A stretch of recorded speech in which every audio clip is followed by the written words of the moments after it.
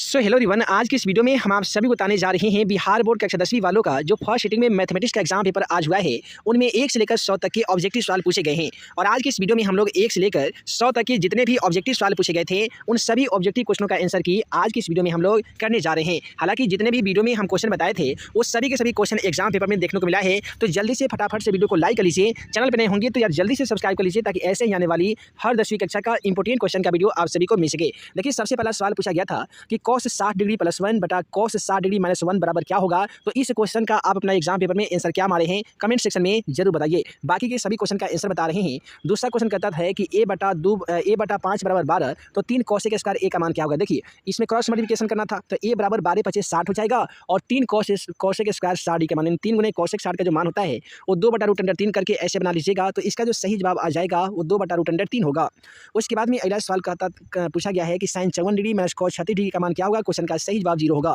उसके बाद में क्वेश्चन नंबर 4 में पूछा गया है कि cos 1 डिग्री 2 डिग्री ऐसे करके, तो इस क्वेश्चन का सही जवाब 1 होगा। उसके बाद में अगला सवाल क्वेश्चन 5 कहता है कि sec 37 डिग्री बटा sin 53, इस क्वेश्चन को बना लीजिएगा। 1 + 1 मिलकर आपका इस क्वेश्चन का इसका जो सही जवाब आएगा वो 2 होगा, जो कि ऑप्शन सी में था।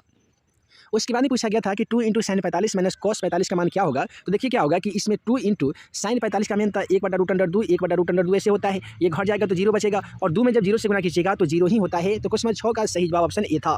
उसके बाद में 7 में देखिए 7 को आपको कमेंट कर लेना था, तो यहाँ पे हो जाएगा cosec square theta minus cot square theta. और आप सभी को मालूम होगा कि cosec square theta minus cot square theta का मान 1 होता है। 7 कमन में था तो 7 में 1 से गुना करने पे क्वेश्चन का सही जवाब ऑप्शन बी में था 7। उसके बाद में पूछा गया है कि sin 48 डिग्री बराबर p, तो tan 48 डिग्री का मान क्या हो जाएगा। तो यहाँ पे p बटा a करके बना लीजिएगा। क्वेश्चन का सही जवाब यहाँ पे देखिए p बटा h होता है, तो यहाँ पे p/√1 + p² ऑप्शन सी में इस क्वेश्चन का सही जवाब था। उसके बाद भी पूछा गया था कि tan 27 डिग्री × tan 63 बराबर sin a है, तो a का मान क्या हो जाएगा। तो दोस्तों जाहिर सी बात है, इसका a का मान 90 डिग्री होगा। उसके बाद में कहता है कि sin square 90 degree minus theta plus sin square, और यहाँ पे दिया गया था। तो देखिए ऊपर में भी मान आपका 1 होगा, इसका मान भी 1 होगा, 1/1 खींचेगा तो राइट आंसर 1 होगा, जो कि ऑप्शन ए में दिया गया था। अब आइए अगला सवाल क्वेश्चन नंबर 11 को देख लेते हैं। दोस्तों 11 में पूछा गया था कि √18/2 है। देखिए √81 दिया गया था, तो दोस्तों 81 का वर्गमूल आपका 9 होता है और जब 9/2 कीजिएगा तो ये परिमेय संख्या होगा, जो कि ऑप्शन ए में था। फिर कहता है कि 192 के अभाज्य गुणनखंड में 2 का घातांक कितना है। तो 192 का अभाज्य गुणनखंड में जो 2 का घातांक है वो कितना है दोस्तों। तो यहाँ पे बना लीजिएगा, इसका शायद 3 आता है, क्योंकि 192 का अभाज्य गुणनखंड करेंगे उसमें 2 की जो संख्या होगा वही क्वेश्चन का सही जवाब होगा। उसके बाद में कहता है कि विभाग एल्गोरिथम a बराबर BQ + R में a बराबर 72, Q बराबर 8, R बराबर 0 हो तो b का मान क्या होगा। क्वेश्चन का सही जवाब 4 होगा। ये हालांकि सेंट्रल एग्जाम पेपर में पूछा गया था क्वेश्चन। फिर कहता है कि इसका दशमलव प्रसार शांत है, तो 11/160 का दशमलव प्रसार शांत होगा। फिर कहता है कि यदि Q एक धनात्मक पूर्णांक है तो निम्नलिखित में से कौन सा विषम धन पूर्णांक होगा। तो विषम धन पूर्णांक यहाँ पे आपका ये 8Q + 1 ये वाला तो होगा नहीं, यहाँ पे ऑप्शन 20 क्वेश्चन का राइट आंसर होगा। उसके बाद में कहता है कि 2 लगातार सम संख्या का मसला बताए थे कि 2 होता है। उसके बाद में 17 में पूछा गया था कि एक परिमेय संख्या और एक अपरिमेय संख्या का योग कैसी संख्या होती है। तो आप सभी बता दें कि परिमेय संख्या एवं अपरिमेय संख्या का जो योग होता है वो अपरिमेय संख्या होता है। राइट आंसर ऑप्शन बी में था। उसके बाद में कहता है कि 2 संख्या गुणनफल 86 और 70 है, इसका एचसीएफ 17 है, तो एक संख्या क्या होगा। तो जाहिर सी बात है 86 और 70 दिया गया था उसमें आपको एक संख्या 17 से भाग लगा देना है, प्राप्त संख्या होगा 510, जो कि ऑप्शन डी में था। उसके बाद है निम्नलिखित में से कौन सी परिमेय संख्या है। दोस्तों यहाँ पे परिमेय संख्या हम देखेंगे तो 25 25 50 होगा नहीं, 36 36 72 नहीं होगा। यहाँ पे 64 और 36 को जोड़ेंगे तो 100 हो जाएगा, जिसका वर्गमूल होगा 10, यही आपका परिमेय संख्या होगा। एक बार जल्दी से वीडियो को आप लोग लाइक कर दीजिए, चैनल पर नए होंगे तो चैनल को सब्सक्राइब कर लीजिए। देखिए यहाँ पे दिया गया था इस प्रकार से क्वेश्चन। इस क्वेश्चन में आपको मौसा बताना था और क्वेश्चन में मौसा दोनों में जो मिलता है मौसा होता है 5 या 15, 5 एकम 5, राइट आंसर ऑप्शन बी में था। फिर कहता है कि एक अर्धवृत्त जिसकी त्रिज्या 3r है तो उसकी परिमिति क्या होगी। तो आप सभी को मालूम होगा कि अर्धवृत्त का जब परिमिति निकालेंगे तो 3πr + 6r हो जाएगा। फिर कहता है कि निम्नलिखित में से कौन सी घटना की प्रयोक्ता नहीं हो सकती है। देखिए नहीं वाला पूछा गया है तो ये 2.5 दिया गया है, 1 से इसका मान अधिक है तो यही घटना की प्रयोक्ता नहीं होगी।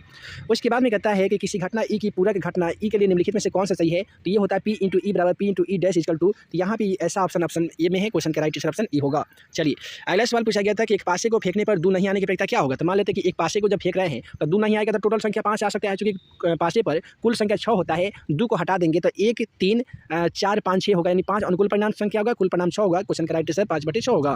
फिर कहता है कि अच्छी प्रकार से फेंटी गई 52 पत्तों की ताश की गड्डी में से एक पत्ता यदि रिक्शा निकाली जाती है तो इसकी क्या प्रयोक्ता होगी कि काले रंग का बादशाह होगा। देखिए काले रंग के बादशाह की संख्या 2 होता है, कुल संख्या 52 होता है, तो 1/26 मतलब कर जाएगा। 1/26 यहाँ पे ऑप्शन बी में था, क्वेश्चन का सही जवाब ऑप्शन बी होगा।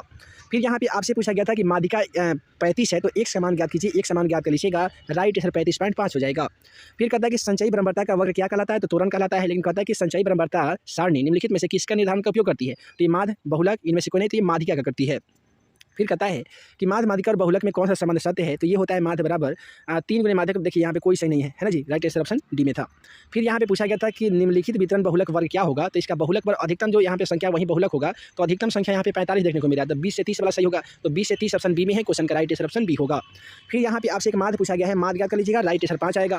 फिर यहाँ पे मिलाने वाली रेखाखंड का मध्य बिंदु ए में 0 को ऐड कीजिएगा तो ए हो जाएगा, बी में 0 को ऐड कीजिएगा तो 0 हो जाएगा, यानी ए बी दोनों के 0 के बराबर होगा, राइट आंसर ऑप्शन ए हो जाएगा। फिर कहता है कि x बराबर 2 y बराबर -3, तो प्रतिच्छेदक बिंदु क्या हो जाएगा, तो दोस्तों ये प्रतिच्छेदक बिंदु 2 और -3 होगा, जो कि ऑप्शन ए में दिया गया है। अब चलिए अगला सवाल क्वेश्चन 33 की ओर बढ़ते हैं। कहता है कि tan थीटा बराबर 5/8 हो तो sin थीटा का मान क्या हो जाएगा, तो देखिए यहाँ पे tan थीटा का फॉर्मूला p/b होता है ना जी, और इसका p/h होता है, यानी ये जो 15/17 दिया गया है यही क्वेश्चन का सही जवाब होगा, 15/17 ऑप्शन सी में दिया गया है। फिर कहता है कि cot theta plus tan theta plus cot theta बराबर 6, तो जाहिर सी बात है यहाँ पे 6 दिया गया है, tan square theta plus cot square theta का मान पूछा गया ना, तो राइट इसका जो होगा आंसर वो हो जाएगा आपका 25 डिग्री। उसके बाद में यहाँ पे अगला सवाल देखिए कि sin थीटा बराबर √3/2 है, तो cosec theta plus cot theta का मान क्या होगा। देखिए sin थीटा में जो 60 का मान होता है √3/2 के बराबर होता है, तो cosec 60 प्लस cot 60 का मान पूछा गया है, दोनों को जोड़ लीजिए √3 आ जाएगा। फिर कहता है कि √3 tan 2 थीटा -3 बराबर 0, तो थीटा का मान क्या होगा, तो दोस्तों 45 डिग्री होगा। और इसमें कहता है कि sin थीटा बराबर cos थीटा कब सत्य होगा, जब ए का मान जो होता है वो 45 डिग्री का होगा, जो कि ऑप्शन बी में है। उसके बाद में है कि sin 30, यहाँ पे एक बड़ा सा क्वेश्चन दे दिया गया है, इसका जब सॉल्व किया जाता है राइट आंसर 2 आता है। उसके बाद में यहाँ पे एक क्वेश्चन पूछा गया था, इस क्वेश्चन को सॉल्व कर लीजिएगा, इस क्वेश्चन को सॉल्व करने के बाद राइट आंसर √3 आएगा। उसके बाद में यहाँ पे एक भाग पूछा गया था और आप सभी को मालूम होगा कि इस भाग को जब बनाते हैं तो शेषफल इसका 3 आता है। उसके बाद में कहता है कि जीएक्स में दिया गया था एक शून्यक, एक शून्यक का मान -1 दिया गया है, x की जगह पे -1 बैठा दीजिएगा, राइट आंसर आपका बाहर आ जाएगा। फिर कह रहा है कि x स्क्वायर -16 का शून्य क्या होगा, तो +4 -4 होगा, क्योंकि 16 का वर्गमूल 4 होता है, स्क्वायर हटाएंगे तो रूट प्लस माइनस में चढ़ेगा, तो इसलिए क्वेश्चन का राइट आंसर +4 -4 होगा।